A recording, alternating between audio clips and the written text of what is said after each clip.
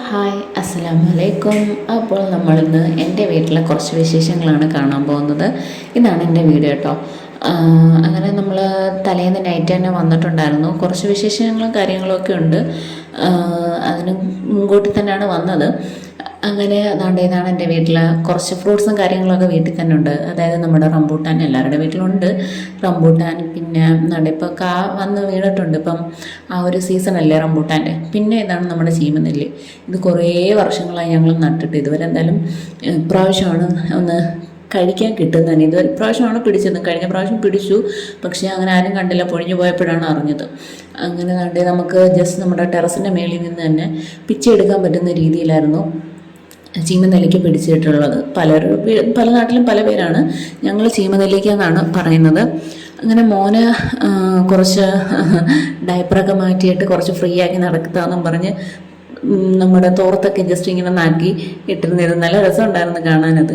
അങ്ങനെ പിന്നെ ജസ്റ്റ് ഒന്ന് ടെറസിൻ്റെ മേലെ കയറിയപ്പോൾ ഒന്ന് ജസ്റ്റ് ഒന്ന് നടത്തിക്കാമെന്ന് വെച്ചിട്ട് ഇറക്കി. അങ്ങനെ അതൊക്കെ കഴിഞ്ഞപ്പോഴാണ് എനിക്ക് കുറച്ച് ചീമനെല്ലിക്ക ഉപ്പിലിട്ടാലോ എന്ന് ആലോചിച്ച് അങ്ങനെ കുറച്ച് പിച്ച് വെച്ചു. കാരണം അന്ന് വൈകിട്ട് ഞങ്ങൾ ജസ്റ്റ് തിരിച്ചിക്കാട് വീട്ടിൽ പോകുന്നുണ്ടായിരുന്നു.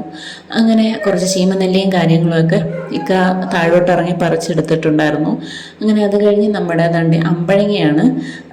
നമ്മുടെ അരിയില്ലാത്ത സീഡ്ലെസ് അമ്പഴങ്ങയാണിത്.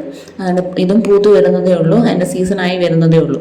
പൂത്ത് തുടങ്ങിയ ഇഷ്ടം പോലെ നിറച്ച് ഇല പോലെ നമുക്ക് കാണാൻ പറ്റാത്ത രീതിയിൽ അമ്പഴങ്ങ പിടിക്കും. ഇത് പിന്നെ സാധാ വാപ്പാടെ ഫുൾ കൃഷിയും കാര്യങ്ങളുമാണ്. ഇവിടെ നമുക്ക് നമ്മുടെ വെണ്ടയുണ്ട്, മാവുണ്ട്, പിന്നെ നമ്മുടെ നാരങ്ങ ടൈപ്പുണ്ട്, പിന്നെ നമ്മുടെ വടക്കംപുളി അങ്ങനത്തെ അത് പിടിച്ചിട്ടില്ല ഇതുവരെ. പിന്നെ അങ്ങനെ കുറച്ച് കൃഷിയും കാര്യങ്ങളൊക്കെയാണ് എൻ്റെ വീട്ടിലുള്ളത്. അങ്ങനെ കുറച്ച് അകത്ത് കയറ്റിയപ്പോഴാണ് മോന് കണ്ണാടി കണ്ടാൽ ഭയങ്കര ഒരു ക്രൈസാണ്. അന്നേരം ഇങ്ങനെ ജസ്റ്റ് പോയി അപ്പുറത്ത് അറിയില്ല, അപ്പുറത്തൊരു ബേബി നിൽക്കുന്നു എന്നുള്ളൊരു ഇതിലാണ് പോയി ഉമ്മ വെക്കുന്നത്. എത്ര വീട്ടിലുണ്ട് ഇത് കണക്ക് പോയി കണ്ണാടിക്ക് ഉമ്മ കൊടുക്കുന്ന കൊച്ചുങ്ങൾ.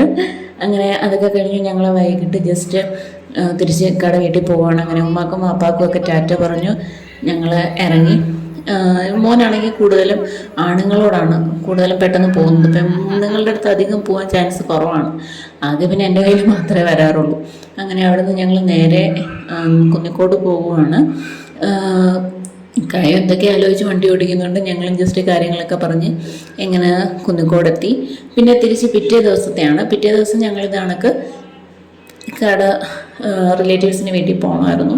അങ്ങനെ അതൊക്കെ കഴിഞ്ഞിട്ട് നേരെ ഞങ്ങൾ വർക്കല ബീച്ചിൽ പോയിട്ടുണ്ടായിരുന്നു.